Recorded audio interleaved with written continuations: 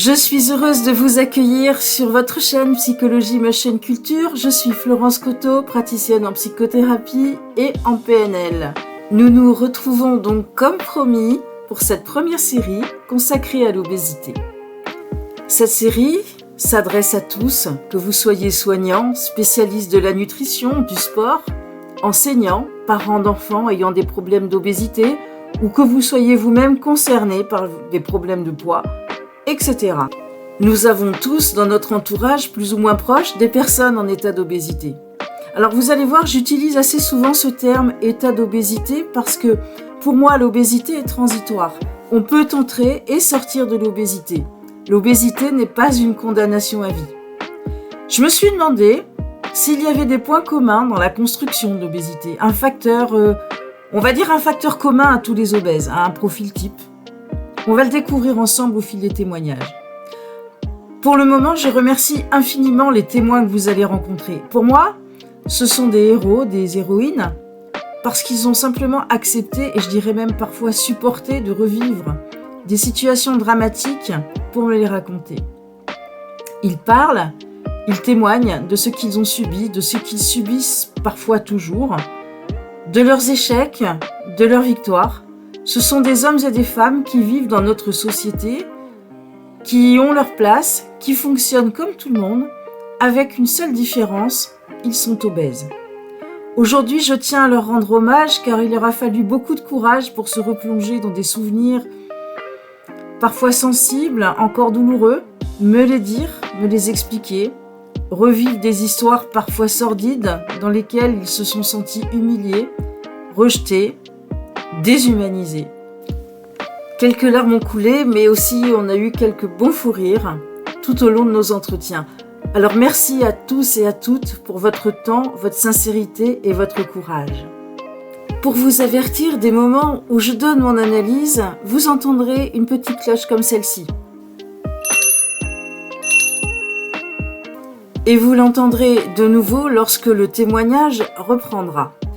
Ce premier épisode nous amène chez Astrid. Pour ce premier témoignage, j'ai enregistré 2 épisodes. Je vous invite à vous abonner à la chaîne pour retrouver la suite de son parcours la semaine prochaine.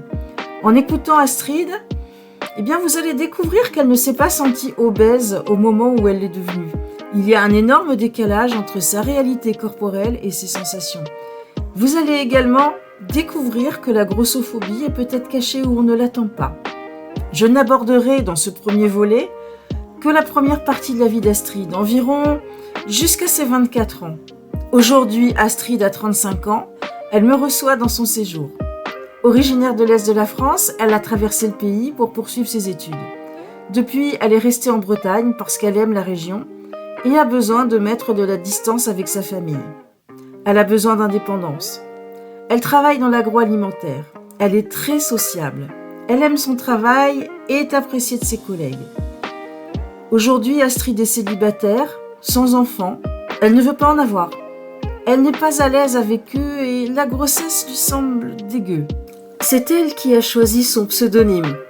Astrid est le prénom qu'elle aurait donné à la fille qu'elle n'aura pas. Elle mesure 1m69 pour 120 kg. Elle est obèse.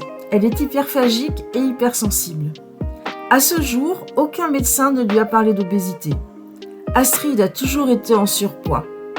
Elle est entrée dans l'obésité, d'après elle, vers 20 ans. Mais ne se sent obèse que depuis l'an dernier parce qu'elle a pris 20 kilos en un mois et 20 autres dans les mois qui ont suivi.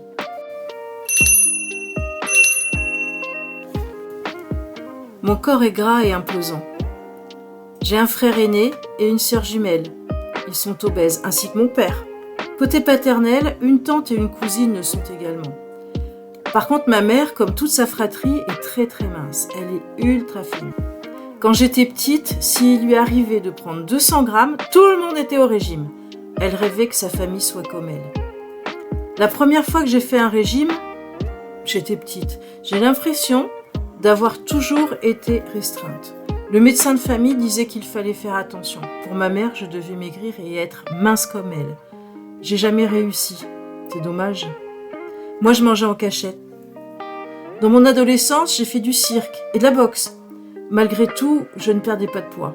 À l'école, on m'insultait, on m'appelait grosse vache. Ça ne m'atteignait pas vraiment parce que tout le monde jouait avec moi. Je me suis toujours intégrée partout où je suis allée. Ado, pour 1m69, je fluctuais entre 72 et 74 kilos. Quand j'arrivais à 74, je mangeais moins et je redescendais, direct. Mais pour ma mère, j'étais déjà hyper grosse. Elle n'a jamais accepté ma silhouette. Finalement, quand j'y repense, j'étais pas si grosse que ça. Parce qu'aujourd'hui, quand je me vois sur les photos, je me rends compte que j'étais seulement un peu potelée, un peu rondelette. Mais comme à l'époque, pour ma mère, j'étais grosse, alors j'ai grandi avec cette identité. Le point commun à la grande majorité des enfants, c'est qu'ils veulent correspondre à ce que les parents projettent inconsciemment sur eux. Ils veulent que leurs parents les reconnaissent. Il y a derrière ça, évidemment, une angoisse d'abandon inconsciente, mais réelle. Je vais vous donner un exemple qu'on a tous croisé au cours de notre existence. C'est vraiment quelque chose d'extrêmement courant. Lorsque dans une famille, les parents projettent sur un de leurs enfants, qu'il est turbulent par exemple, eh bien l'enfant va tout faire pour coller à cette image parce qu'il a besoin d'être reconnu par ses parents. Il a le comportement que l'on attend de lui. C'est vital pour lui.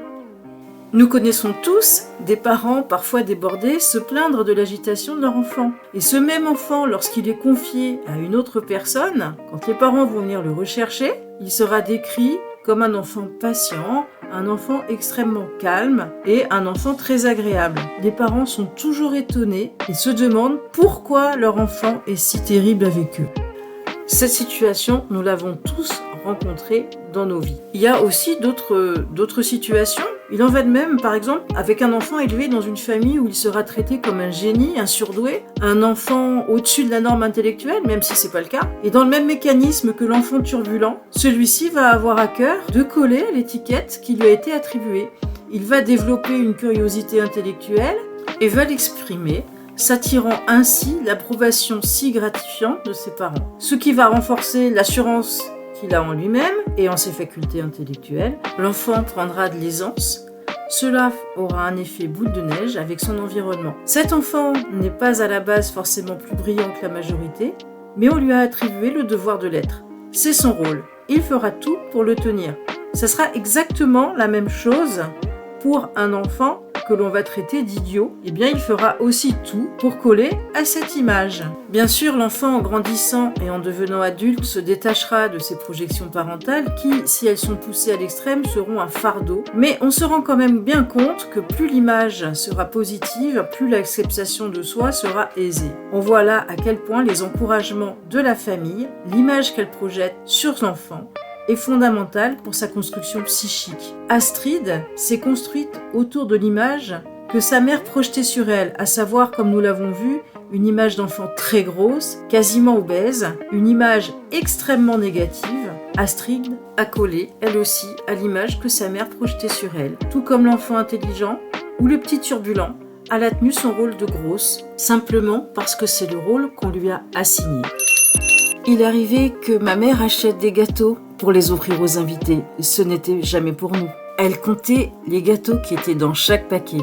Elle contrôlait tout. S'il m'arrivait de prendre 1 ou 2 carrés de chocolat ou un petit gâteau, elle le voyait direct. Elle nous faisait toujours des reproches. Vous êtes gros et en plus vous voulez manger des gâteaux. Ça s'adressait aussi à mon père. Lui aussi, il y avait droit tous les jours. Mon père est obèse. Je l'ai toujours connu comme ça. À la maison, c'est lui qui faisait les courses. Il achetait ce dont il avait besoin pour se remplir. J'ai peu de relations avec lui. Je le voyais à table. Bon, quand on était en primaire, il nous aidait à faire nos devoirs et puis rentrer au collège, je disais qu'il n'était pas au niveau. Je ne sais pas qualifier notre relation. Il est là, c'est tout. Il était dans l'hyperphagie, ça je me souviens. Il était capable de manger une cagette de pommes en une soirée. On ne le voyait jamais faire. Il achetait beaucoup de fruits. Je ne l'ai jamais vu manger de chips. Il aimait beaucoup les fruits. Chez mes parents, la tradition familiale était de prendre nos repas à table tous ensemble. C'est plutôt une bonne habitude, je crois. Les habitudes alimentaires, chez mes parents, sont très saines et régulières. Bon, finalement, oui et non, je sais pas trop parce que je pense que les repas étaient insuffisants. Un repas type, c'était un bol de salade pour 5 et une demi-tranche de jambon. Moi, j'avais toujours faim en sortant de table. Peut-être que s'il y avait eu plus de nourriture, si on était arrivé à satiété, je sais pas. je ne serais pas allée manger en cachette ailleurs. La seule chose qu'il y avait en quantité, et je ne sais pas pourquoi, c'était le pain. Mon père achetait 2 baguettes par jour. C'était un rituel. Au repas, le soir, je me ruais dessus. Quand ce n'était pas de la salade, s'il y avait un plat qu'on n'aimait pas, il fallait manger. Tant qu'on n'avait pas fini notre assiette, tout le monde devait rester à table et attendre. Je pense que c'est pas bien de faire ça. Je pense qu'il fallait nous laisser goûter, nous faire goûter, même nous obliger à goûter. Et passer à autre chose si jamais on n'aimait pas le plat. Je pense que apprendre aux enfants à s'écouter eux-mêmes, c'est bien. De temps en temps, ma mère faisait un soufflé au fromage quand mon frère allait au foot. Ouais, ça c'était super bien. C'était le repas plaisir. Que de la salade pratiquement tous les soirs, c'était lassant. Et puis quand j'ai eu 18 ans, j'ai travaillé dans une colo pendant les 2 mois d'été. Mes horaires étaient décalés, je ne pouvais plus manger à table avec ma famille. Je m'achetais des salades composées toutes prêtes parce que c'est ce qui était le plus rapide et je mangeais quand j'avais ma pause. J'étais là pour travailler bien sûr, mais aussi pour m'amuser et je voulais manger vite pour pouvoir rejoindre les autres et continuer à m'amuser. Instantanément, j'ai perdu énormément de poids. On me félicitait pour ça, on me disait que je devenais jolie. Astrid a mangé de la salade quasiment tous les jours de sa vie chez ses parents. Au moment où elle n'a plus la possibilité de partager les repas familiaux, elle s'achète de la salade. Certes, de la salade composée, mais ça reste toujours un repas froid. Et que se passe-t-il ? Elle maigrit, elle devient jolie. 2 mois de repas hors du contexte familial ont suffi à désamorcer la situation de prise de poids et ont donné un embryon de changement d'image de soi à Astrid. Après ça, j'ai repris les repas avec mes parents qui mangent correctement.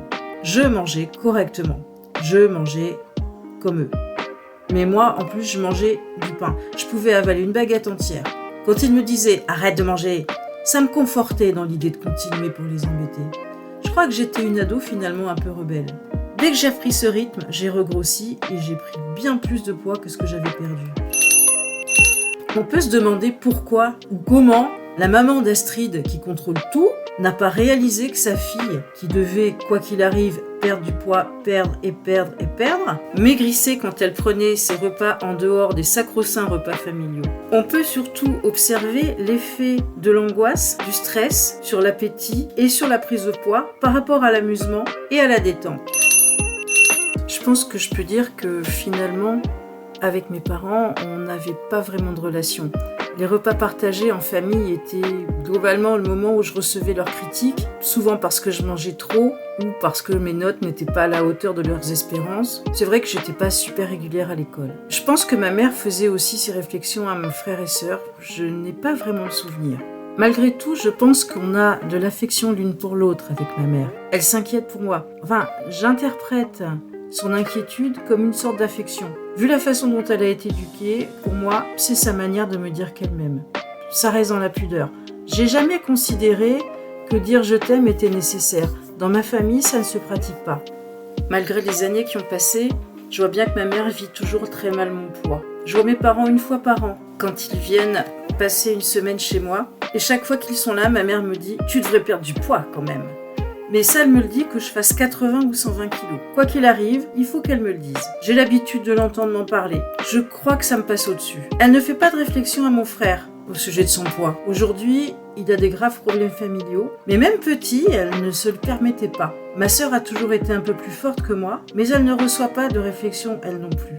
Enfin, ils lui disent qu'il faudrait qu'elle perde du poids, mais finalement, son poids est excusable. Elle est devenue mère et depuis, elle est sous médicaments. Mon frère a des problèmes de famille, ma sœur est sous traitement. Pour mes parents, moi, je n'ai pas d'excuses. Quand j'étais petite, on avait quand même quelques moments de complicité avec ma mère. Quand elle m'emmenait faire les boutiques, bon, réellement, il y avait souvent des remarques du style « tu devrais maigrir, aucun vêtement ne te va ». Mais moi, j'ai envie de penser que finalement, ça partait à la base d'une bonne intention. J'ouvre une parenthèse ici parce qu'Astrid a besoin de minimiser le comportement négatif de sa mère envers elle. On verra plus tard qu'elle va également minimiser le comportement d'un de ses collègues. Elle a besoin, pour reprendre ses termes, de voir dans l'attitude maternelle de bonnes intentions et de l'affection envers elle. Ce processus inconscient est mis en place pour rendre la situation acceptable. Et vous allez découvrir au fil du temps d'autres histoires, d'autres témoignages dans lesquels cette façon, j'ai envie de dire, de convertir finalement des agressions en intentions positives sont nécessaires pour rendre l'inacceptable acceptable. Je pense qu'il n'y a pas de personne particulièrement dépressive dans ma famille. Ma sœur est toujours coincée dans sa dépression du postpartum depuis 6 ans. Ça va mieux maintenant. Depuis quelque temps, elle diminue ses médicaments. Les médecins ne m'ont jamais parlé véritablement d'obésité. De façon générale, je n'ai pas eu de problème chez le médecin, sauf avec les gynécologues. À chaque fois, il fallait que je sois entièrement nue, et à chaque fois, la toubib me regardait de haut en bas et faisait une moue de dégoût. J'avais qu'une envie, me réveiller et partir. Ensuite, elle me disait toujours « Vous devriez perdre du poids ». Et elle enchaînait systématiquement sur un lancer de reproches. Pendant 5 ans, j'ai pas vu de gynécologue. C'était trop humiliant. Aujourd'hui, je suis suivie par une sage-femme. Elle ne m'accable pas et je me sens respectée. Vous savez, les gens se moquent des obèses. J'ai déjà vu ça, et même dans mon milieu professionnel, c'était horrible. Moi, je suis hypersensible. Je crois. Je ressens la détresse des gens. Je sais que quand je me lie à une personne, je vais ressentir toutes ces émotions. Et parfois, ça m'épuise. Le fait d'habiter seule m'aide. Je me sens moins mal à l'aise qu'avant. Je fais des crises d'hyperphagie. Je sais pas depuis quand. Je pense que ça a toujours été là. À la maison, en dehors des repas familiaux, je n'avais pas accès à la nourriture. Ma mère contrôlait absolument tout. C'est pour ça qu'avec ma sœur jumelle, on allait s'acheter des grosses quantités de cochonneries avec notre argent de poche. On s'achetait des trucs les moins chers pour en avoir le plus possible et tout avaler avant d'arriver à la maison. C'était au début de l'adolescence. Je pense que ma sœur fait toujours des crises d'hyperphagie. On a commencé toutes les deux pendant l'enfance. Je sais pas trop en fait. On n'en parle pas. Malgré notre proximité de jumelles, il y a beaucoup de sujets que nous n'abordons pas. Par exemple, je peux discuter très librement avec d'autres personnes de sujets qui me mettraient mal à l'aise avec elles. On a été élevés comme ça, on ne se parle pas de nos soucis. Ma dernière crise d'hyperphagie a eu lieu il y a peu de temps. Il y a quelques semaines encore, j'arrivais à me canaliser. J'avais un bon rythme, mon poids était stable depuis un bon moment. J'avais l'impression que je maîtrisais mon hyperphagie. Je compensais par le sexe. Chaque week-end, je sortais et comme je savais que j'allais avoir un rapport intime, ça faisait que je craquais pas finalement. C'était d'une certaine façon ma manière de respecter l'autre. J'avais quelques crises, effectivement, mais elles étaient vraiment très espacées. Avant une crise, je vais voir ce que j'ai dans mes placards pour vérifier si j'ai assez. Sinon, je vais faire un drive où je me fais livrer parce que j'aurai trop honte. Je ne vais acheter que de la malbouffe. Généralement, j'essaye d'avoir ce qu'il faut chez moi pour ne pas faire monter l'angoisse du manque. J'essaye d'avoir peu de stock, mais un peu quand même. Ça me laisse une petite soupape pour prendre un peu de recul. C'est comme un garde-fou. Et pour l'instant, et jusqu'à il y a peu de temps, ça fonctionnait assez bien. Généralement, je ne prépare pas mes repas, je consomme plutôt des plats cuisinés. Je mange rarement au fast-food parce que moi, je préfère la pizza. Au travail, je mange sur place.